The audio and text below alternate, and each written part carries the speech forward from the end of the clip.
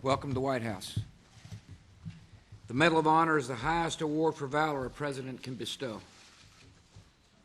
The medal is given for gallantry in the face of an enemy attack that is above and beyond the call of duty.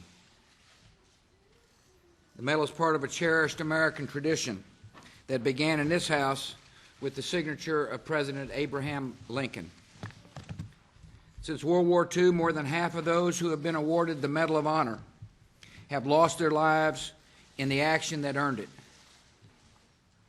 Corporal Jason Dunham belongs to this select group. On a dusty road in western Iraq, Corporal Dunham gave his own life so that the men under his command might live.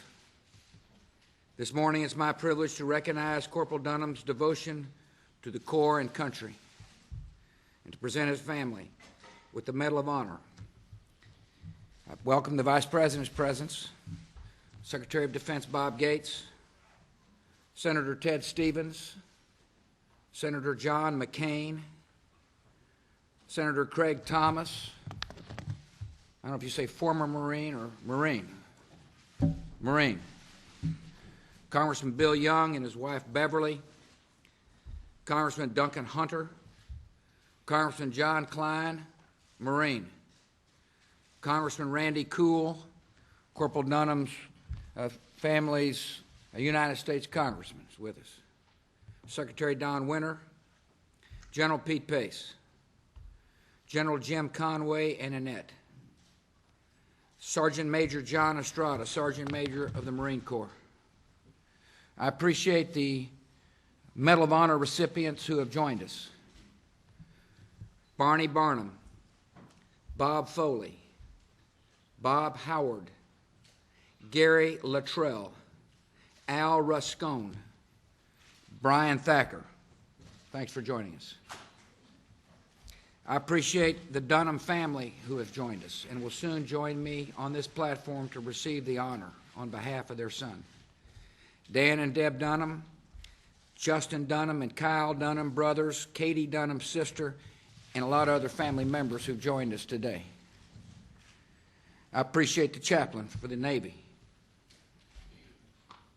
for the Marine Corps. Didn't mean to insult you. I thank Major Trent Gibson. He was Jason Dunham's commander, company commander. First Lieutenant Brian Robinson, who was his platoon commander. I welcome all the Marines from Kilo 37. Thanks for coming and thanks for serving.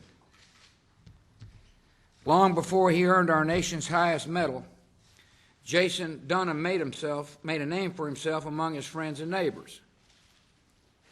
He was born in a small town in upstate New York.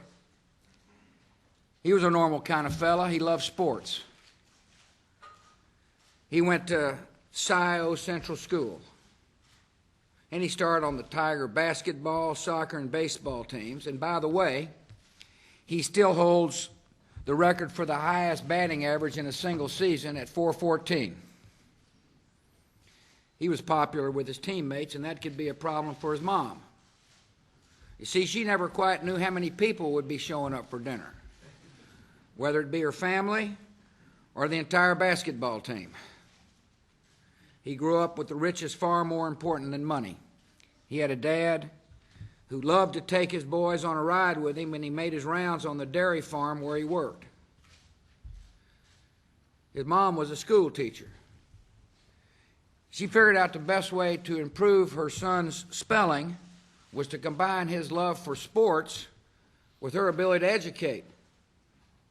And so she taught him the words from his reading list when they played the basketball game of horse.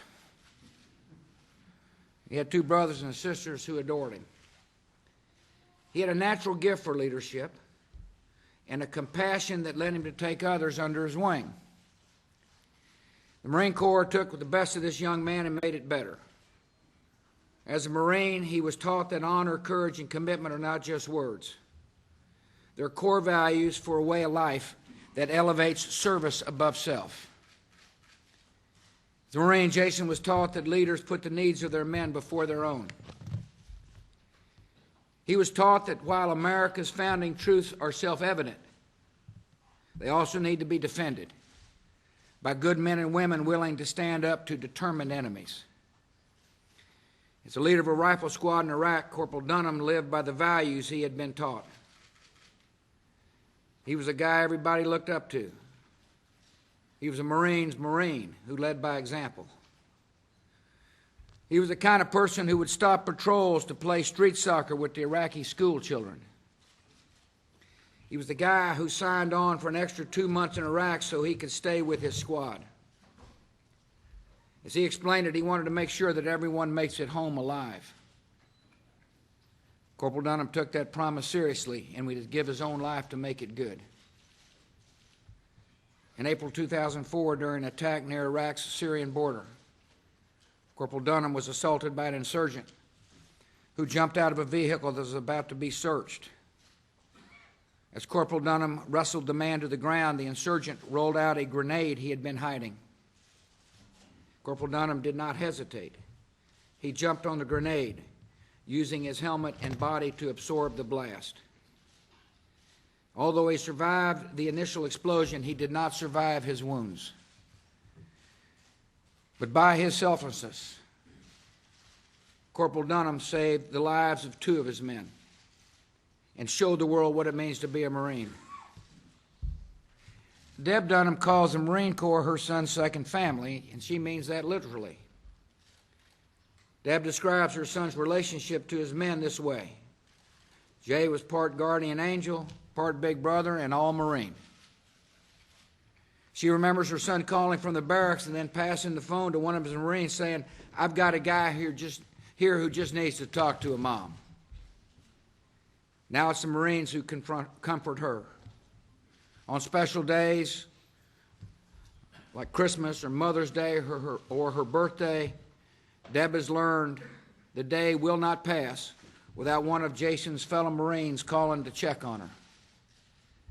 With this medal, we pay tribute to the courage and leadership of a man who represents the best of young Americans. With this medal, we ask the God who commands us to love our neighbor as ourselves to wrap his arms around the family of Corporal Jason Dunham, a Marine who is not here today because he lived that commandment to the fullest. I now invite the Dunhams to join me on the stage.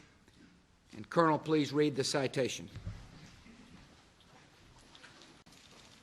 The President of the United States, in the name of the Congress, takes pride in presenting the Medal of Honor posthumously to Corporal Jason L. Dunham, United States Marine Corps, for conspicuous gallantry and intrepidity at the risk of his life above and beyond the call of duty while serving as Rifle Squad Leader, 4th Platoon, Company K, 3rd Battalion, 7th Marines Reinforced, Regimental Combat Team 7, 1st Marine Division Reinforced, on 14 April 2004.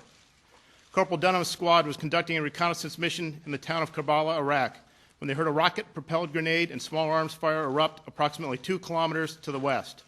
Corporal Dunham led his combined anti-armor team towards the engagement to provide fire support to the Battalion Commander's convoy, which had been ambushed as it was traveling to Camp Husaybah. As Corporal Dunham and his Marines advanced, they quickly began to receive enemy fire.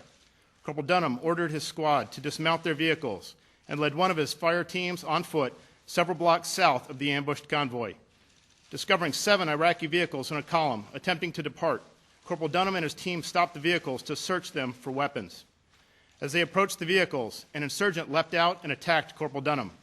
Corporal Dunham wrestled the insurgent to the ground and in the ensuing struggle saw the insurgent release a grenade. Corporal Dunham immediately alerted his fellow Marines to the threat.